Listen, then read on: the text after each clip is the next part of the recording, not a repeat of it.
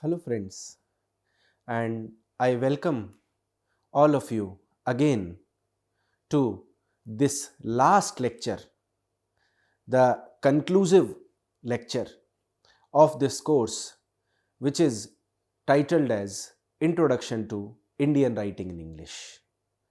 Friends, the course code for this course is EENG112, and this course is divided into 14 units. In this class, we would be able to understand that how we have traveled this journey of introduction to Indian writing in English in total 30 lectures. This is the 31st lecture and the last video lecture for this course. So, like we did in the earlier classes, the outcome which you are going to, let's say, learn, which you are going to understand through this lecture. The first will be employ an insight about the oeuvre of Indian writers. Friends, in all these 30 lectures, you have learned the oeuvre of Indian writers, the complexity of Indian writing, considering Indian writing as a separate form of genre. The next thing as an outcome is compare the historical context in which these texts were written. Friends, you have learnt in these video lectures that how much context is, let's say, important for understanding of content. So, context in which the content is written or the text is written is, let's say, is very important for introspection. It helps you in understanding about, let's say, about the text, about the author's intention, etc. The third thing as an outcome will be illustrate the various writing dimensions of Indian writers. We have seen, let's say, 5 or 6 writers. We will look at their chronology in this class, and in this way you will try to understand that, let's say, how the, let's say, Indian writers and how their dimensions are versatile. So in this way you will understand that how let's say there is a depth into Indian writing in English. Let us look at the syllabus unit wise and the topics and the subtopics which we have covered till date. And then I will move to, let's say, a basic understanding, a perception and my opinion about this course, Introduction to Indian Writing in English. Friends, the first unit was related to the writer Nasim Ezekiel, and the text which we discussed into that unit was Night of the Scorpion. The few subtopics which we have discussed into this unit were Ezekiel's position in Indian poetry, where you looked at, let's say, the stature of Nasim Ezekiel, the importance of Nasim Ezekiel.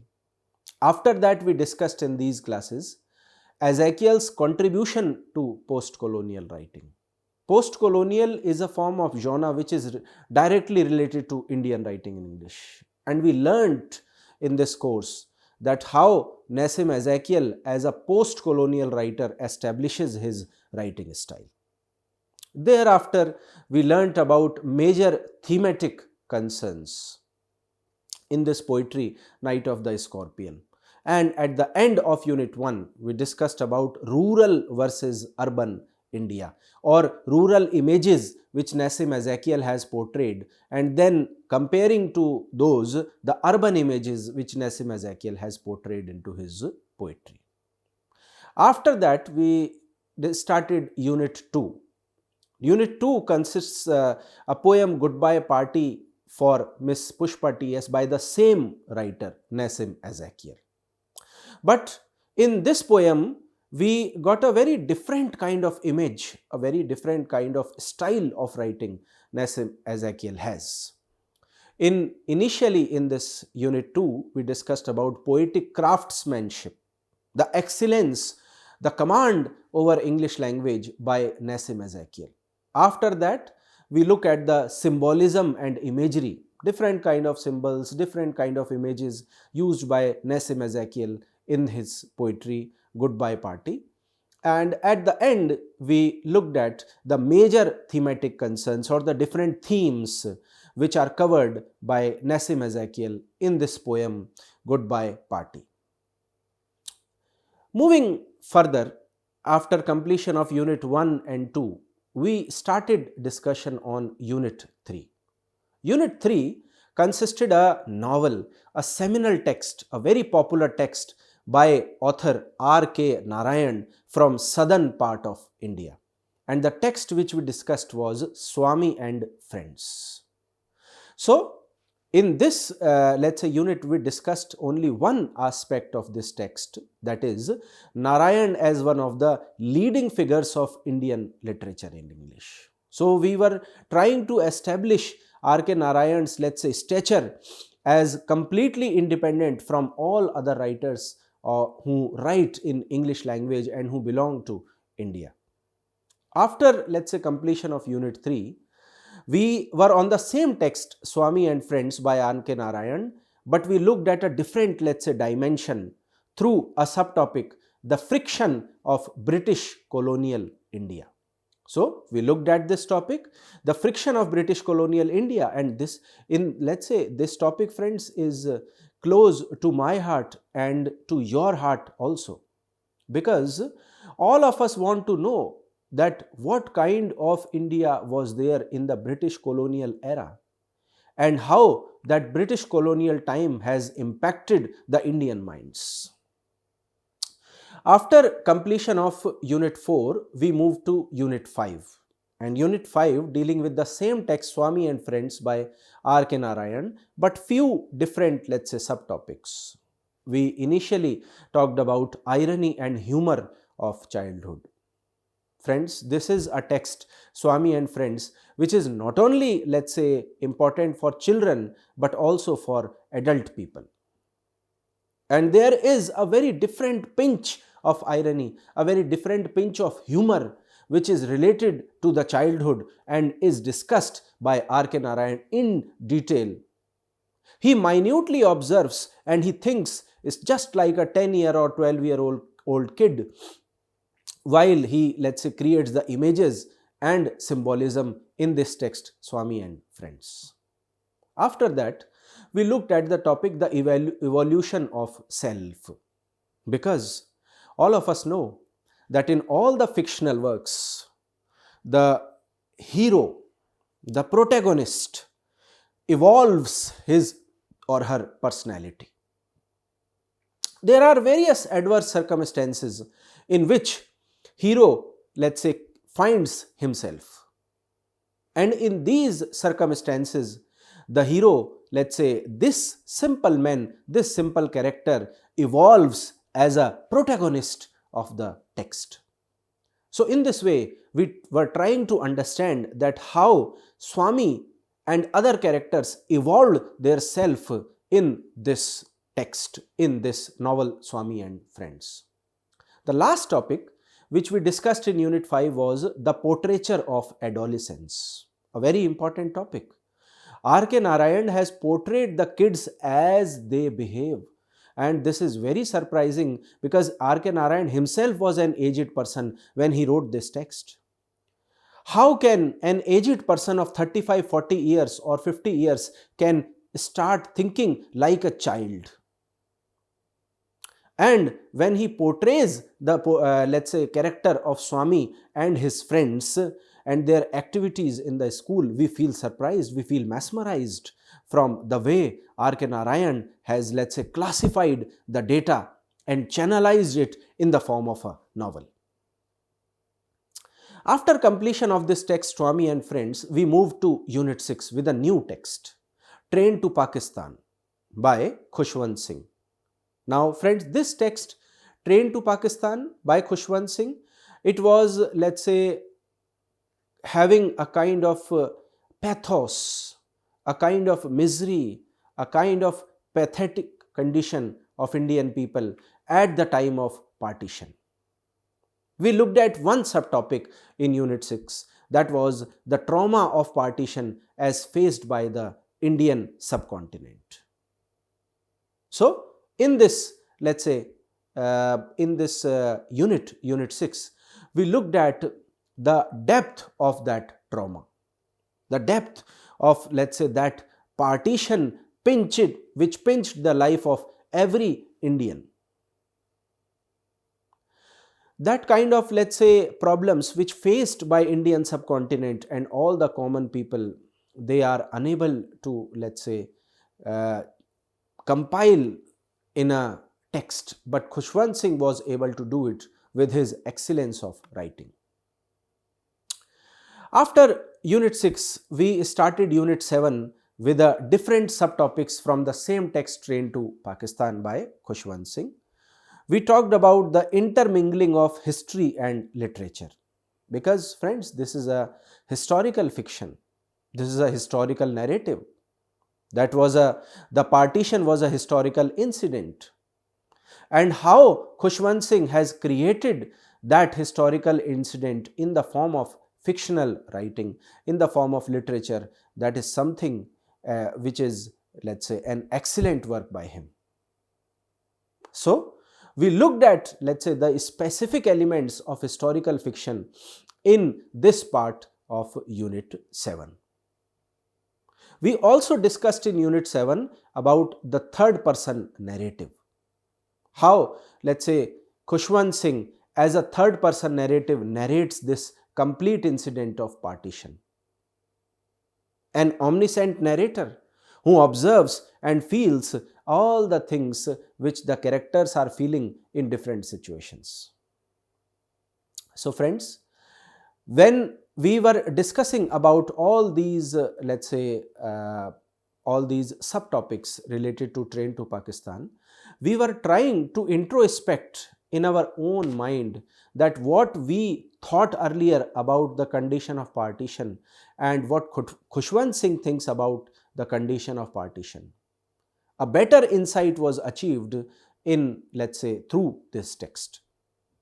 In Unit 8, we continued this Train to Pakistan text by Kushwan Singh with some different kind of subtopics. We talked about social structure and cultural understanding in that text. This is a very important aspect, friends, which all of us must know. What kind of social structure was there in the, let's say, in the India of partition at the time of partition? What kind of cultural understanding people had about each other? Were those people regional in their mind? What kind of situation the casteism and religion had in the Indian society at the time of partition?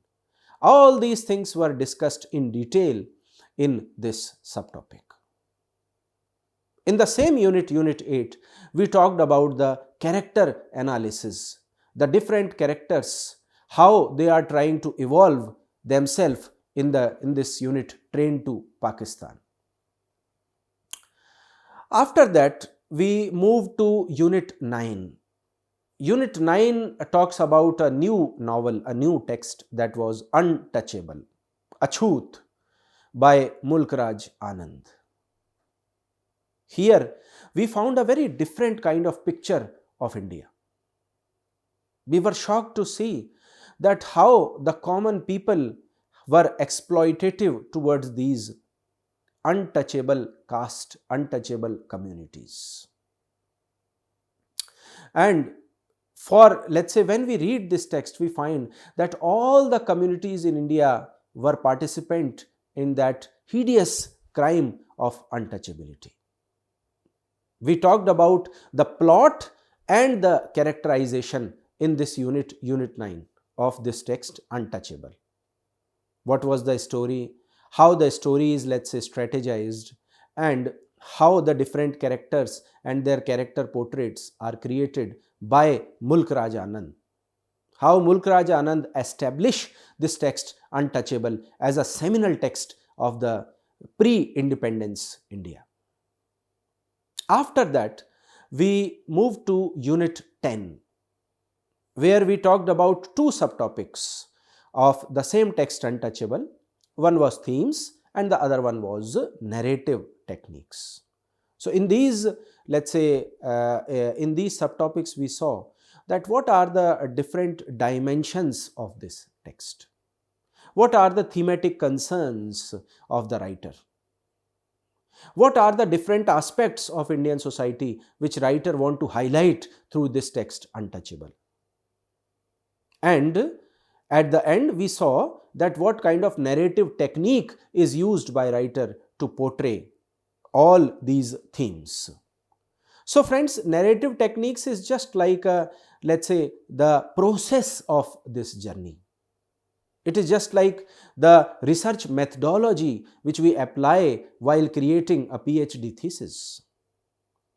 How the writer narrates the creative work is the process through which we can understand the depth of the text. And all these things were discussed while discussing narrative techniques of Untouchable novel in Unit 10. We then moved to Unit 11. And in Unit 11, we took a new text, a new novel that was named as The Inheritance of Loss by Kiran Desai. This is an award-winning text, and Kiran Desai is a very famous India-born writer. We took two aspects of this text, The Inheritance of Loss. The first one was plot and the other one was characterization. How, let's say, the text proves itself to be a seminal text in the field of migration, immigration, alienation, etc. were discussed, let's say, in the plot and structure, and then the characterization, how the characters were trying to evolve, let's say, prove their identity, and they were struggling with their identity crisis in this novel. We then moved to Unit 12 with the same text, The Inheritance of Loss by Kiran Desai. And in Unit 12, we dealt with themes and narrative techniques. What are the different dimensions? What are the different hidden intentions of the writer, and how the writer has narrated all those things in this novel, The Inheritance of Loss. After completion of Unit 12, we initiated discussion on Unit 13. One of the very important essays in the contemporary Indian writing in English. We talked about the anxiety of Indianness, our novels in English. The text by Meenakshi Mukherjee, who is a retired professor from Jawaharlal Nehru University. First, we looked at about the author and the work subtopic, in which we looked at the stature of Meenakshi Mukherjee in the contemporary Indian writing in English, and how, let's say, she has critically analyzed in this prose work, in this essay, the anxiety which Indian writers had and which Indian writers faced, let's say, 50 years back or 100 years back, or in the origin of Indian writing in English in India. A much detailed work, let's say, is visible in not only in this essay, but in the book The Perishable Empire, which has this essay. In Unit 14, we looked at a very different problem which Arundhati Roy is portraying in her essay The Cost of Living. First, we looked at, let's say, about the author. What is the position of Arundhati Roy in Indian writing in English? And then we looked at the work, The Cost of Living, and a basic introduction about the work. After that, we looked at the critical analysis of this prose. Critical analysis of this prose means where we were trying to understand this essay, The Cost of Living, and what is the intention of the writer, what is the critical interpretation of the writer, and what other critics are saying about this essay, The Cost of Living. Friends, moving further, after a brief introduction of all the 14 units which we have discussed in the earlier classes, now let us look at the chronological analysis of let's say, the writers to make you understand the way this course is designed. If you look at Nasim Ezekiel, who was the first writer in this course, he was born in 1924 and died in 2004. Then R.K. Narayan, who was born in 1906 and passed away in 2001. Then we had Kushwan Singh, who was born in 1915 and passed away in 2014. Then we had Mulkraj Anand, who was born in 1905 and passed away in 2004.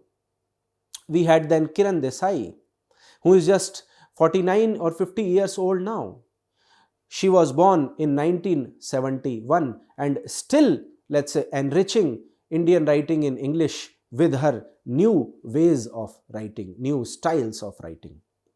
We had Meenakshi Mukherjee in this, let's say, the series of writers, who was born in 1937 and passed away in 2009.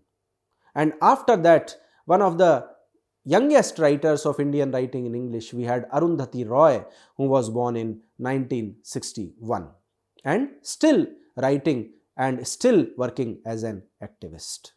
Friends, if you look at this chronology, you will find that all the writers were born and, let's say, died or still writing in this time span of 20th and 21st century. So, in general, if we talk about Indian writing in English, we can say that Indian writing in English is something about 20th century and 21st century. Although works before 1900 were also written in English language by the India-born writers, but these writers, specifically the writers which we have prescribed in our course, they have tried their best to establish Indian writing in English as a separate genre, and which is the reason why we have included these writers in a kind of chronological order in this syllabus to make you understand that how Indian writing in English has started its journey and what Indian writing in English is in the present time. Let us now have a brief introduction of the writers to make us understand what kind of versatile personalities these writers are. When we talk about Nasim Ezekiel, he was an Indian Jewish poet, actor, playwright, editor and art critic. Friends, you can imagine how many, let's say, qualities this person Nasim Ezekiel has. He was a foundational figure in post-colonial India's literary history, specifically in Indian poetry in English.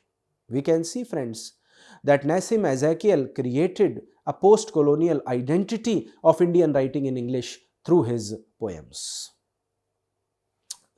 Moving to the next writer, who is Rasipuram Krishnaswamy Iyer Narayan Swamy, is famously known as R.K. Narayan. He is known for his work set in the fictional South Indian town of Malgudi. A completely different way of writing which R.K. Narayan has created, friends. He created a different world of Malgudi. Although this town Malgudi do not exist in southern part of India, but this is his fictional, let's say, setting. He was a leading author of early Indian literature in English along with Mulkraj Anand and Raja Rao. Friends, all of us know that there is a trinity of Indian writing in English writers who are considered as early Indian literature writers, and that trinity includes this writer R.K. Narayan, Mulkraj Anand and Raja Rao. After that, we looked at Kushwan Singh. Kushwan Singh is an Indian author, lawyer, diplomat, journalist and politician. Can you imagine, friends, that how many kind of, let's say, characteristics he had, how many kind of qualities he has in his personality. After Kushwan Singh, We talked about Mulk Raj Anand, who is an Indian writer in English, notably for his depiction of the lives of poor caste in traditional Indian society. So, Mulk Raj Anand, friends, we can say was the representative of the poor community of Indian society, and we had seen it. It is well justified in this work, Untouchable.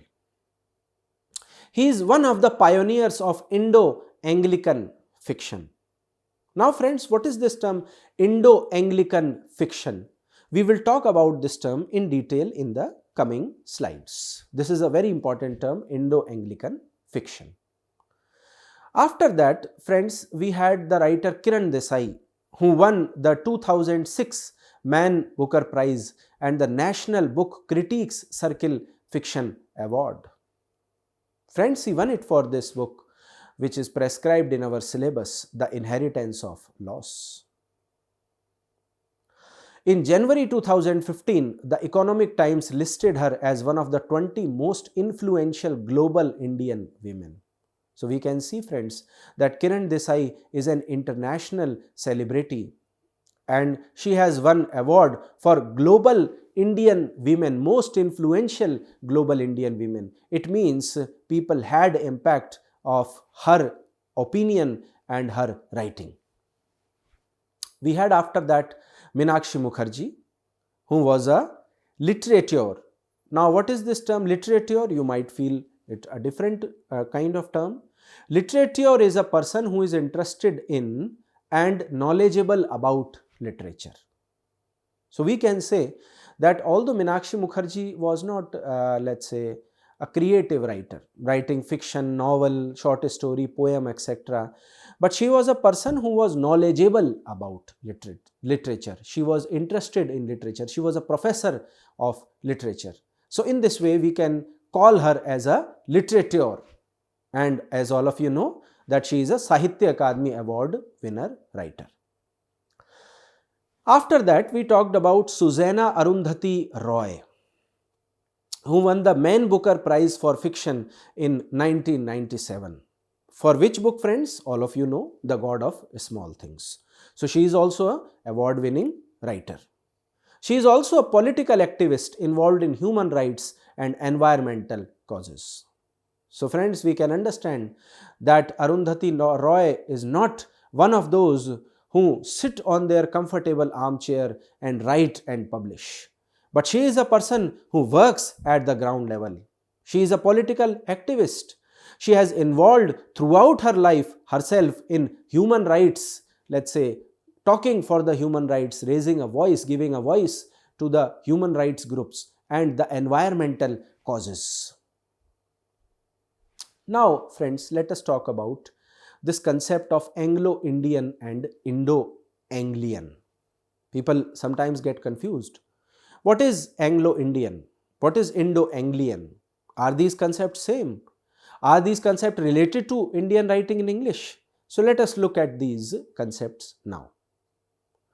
Anglo-Indian in India, a citizen of mixed Indian and through the paternal line European ancestry.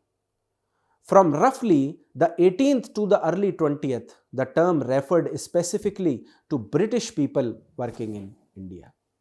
So friends, we can see that the British people who were working in India or the people who had European ancestry and who settled down in India during the, let's say, 18th to 20th century are considered as Anglo-Indian writers. All of you know that there was, at the time of imperialism, lot of, let's say, Europeans, Britishers, etc. They migrated from one place to another place for their business or for their, let's say, specific goals or to know about a new lifestyle, and those people are considered as Anglo-Indian who are staying in India now or who worked in India in that time. After Anglo-Indian, let us talk about this term Indo-Anglian. What is Indo-Anglian? The Indo-Anglian literature is different from the Anglo-Indian literature. The former is the genre written and created by the Indians through the English language. When we talk about, friends, this concept of, let's say, Indo-Anglian, We are talking about a genre which is created by Indians, though in English language. The writers are Indian and who are writing in English language. But when we talk about this concept Anglo-Indian, the Anglo-Indians are the, let's say, Englishmen, or the people who are writing on English themes and subjects related to India but who do not belong to India. So, Indo-Anglian means the people who are born in India, and Anglo-Indian are the writers who are not born in India but are writing about India. I hope that now these two confusing terms are clear in your mind. Indo-Anglian literature refers to the body of work by writers in India who write in an English language and whose native and co-native language could be one of the numerous languages of India. So when we talk about, friends, this Indo-Anglian concept, we talk about the writers who are born in different parts of India and who are, let's say, maybe writing, who had their mother tongue as Manipuri or Rajasthani or, let's say, Punjabi, but who are writing in English language. So these people had experience, first-hand experience of different cultures of India. It is also associated with the works of members of the Indian diaspora, such as V.S. Naipaul, Kiran Desai, Jhumpa Lahiri, who are of Indian descent. So friends, we include these writers also in this category of Indo-Anglian. The writers like V.S. Naipaul, Kiran Desai, Jhumpa Lahiri, the writers who had Indian descent and who write about India. It is frequently referred to as Indo-Anglian literature. As a category, this production comes under the broader realm of post-colonial literature, the production from previously colonized countries such as India. So we can say, friends, that the writers who are, let's say, who are somewhere related to the colonized country like India and who are writing in post-colonial literature format, they can be considered as Indo-Anglian literature, who are Anglo-Indian writers and who are writing in Indo-Anglian literature, which is somewhere related to Indian context. Generally speaking, Indian writing in English are a product of historical encounter between the two cultures, Indian and the Western, for about 190 years. Friends, this 190 years is the time when Britishers were governing India as their, let's say, as their colony. So we can say that this concept of Indian writing in English originated from that conflict, from that encounter between India and the West. Had Britishers not came to India at any time, Indians would be unaware about the British culture and their ways of living and how they have tried to exploit India. It is not that Indian people did not experience the impact of a foreign culture. It did during the region of various foreign rulers. Friends, we can say that in the time of Mughals or Afghans who tried to govern India, they also, let's say, it is because it is in their rule also that Indians were, let's say, had the first-hand experience of foreign rulers into their country. But the experiences with Britishers were completely different. Why? The reason is mentioned in the next point. But the difference with the British rule lies in the nature of economic system that had come into being in Europe after the Renaissance, described by Marx as capitalist system. So friends, when we talk about British rule, Britishers captured the complete economic system of India. And this economic exploitation was made by the capitalistic structure which Britishers was trying to create in India. So that first-hand experience of Marxist ideology, that first-hand experience of capitalist ideology, let's say, was faced by the Indian people at the time of British rule. Before the introduction of British rule, India had a feudal economic system. As all of you know, friends, feudalism, Samantwad. So before the British rule was introduced in India, there was a feudal economic system in India, in accordance with which the vast population of the country, having various religious faiths and conforming to the caste system, tried to live their life sometimes fatalistically and sometimes stoically. So friends, in that feudalistic system, before Britishers came to India, there were different kind of religious faiths and people believed in different kind of castes, and there was very less interference into their ways of living from the foreign rulers. But that was not the case in the British era. Above all, it was a closed society with a peculiar cultural xenophobia. When we talk about the pre-British era India, we can say that Indian society was a closed society in that time. There were very peculiar cultural xenophobia, let's say cultural ethics, cultural ways of living which India had. The world was unaware about those ways of living. In fact, India had been awaiting a political and cultural change which became necessary after the weakening and disintegration of Mughal Empire. Friends, when Britishers came to India, slowly they weakened the Mughal Empire. And in this way, the political and cultural change which India had faced during the Britishers' era was, let's say, completely different experience for those Indians. British rule in India, first of all, resulted in breaking the barriers of that closed society. We can say this as an advantage also, as a disadvantage also, that the Indian culture, the Indian lifestyle was, let's say, open to the world in the time of British rule. Then the greatest cultural impact came with the establishment of 4 universities and with the introduction of Western educational system.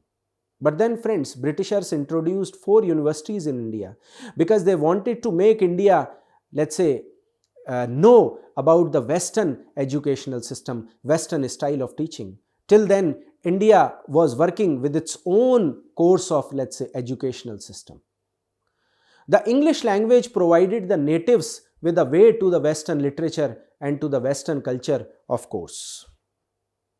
We can say that when English language was introduced in India in the, let's say, later 19th century, 1870 or 1880, and then it became a popular language in the, let's say, 20th century after 1901.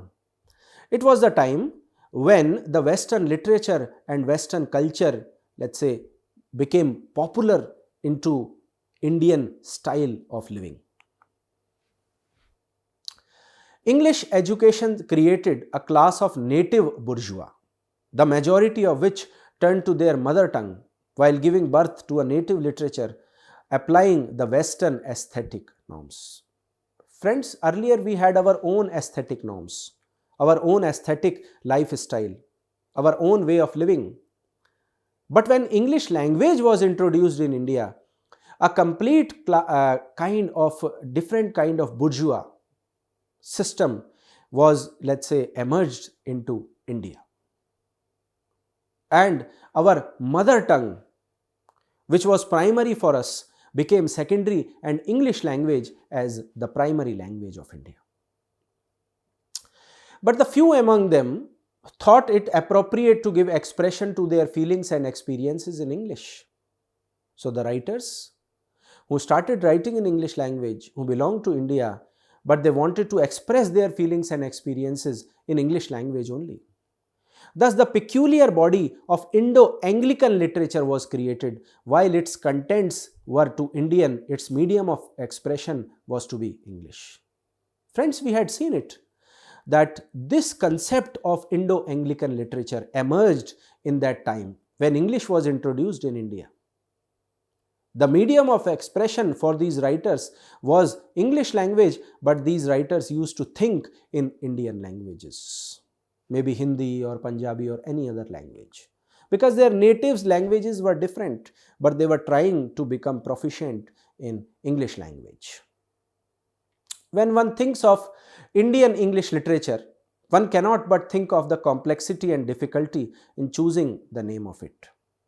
We can see, friends, that this term Indian English literature is something which is a much complex and much difficult term to understand, because of the complexities which English language has taken in when it is written in the Indian context. The following names been given with different interpretations suggesting different nuances and shades of meaning. Friends, here is a list of names which can be given to this Indian way of writing in English language. First can be Anglo-Indian literature. The second could be Indo-Anglian literature. The third could be Indo-English literature. Fourth could be Indian writing in English, which we have adopted. Fifth is Indian English writing, and the sixth is Indian English literature. And friends, out of these 6, and maybe there are few more, you have to choose that what is your perception about this Indian way of writing in English language. What do you think is the most suitable word, most suitable term for this particular kind of genre which we are trying to discuss through this series of video lectures? So with this point of introspection, I expect that after completion of this course, you will think in your own mind that how much complex this concept of Indian writing in English is for you and for me.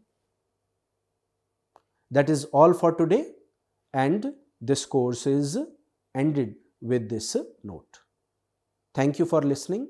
Thank you so much.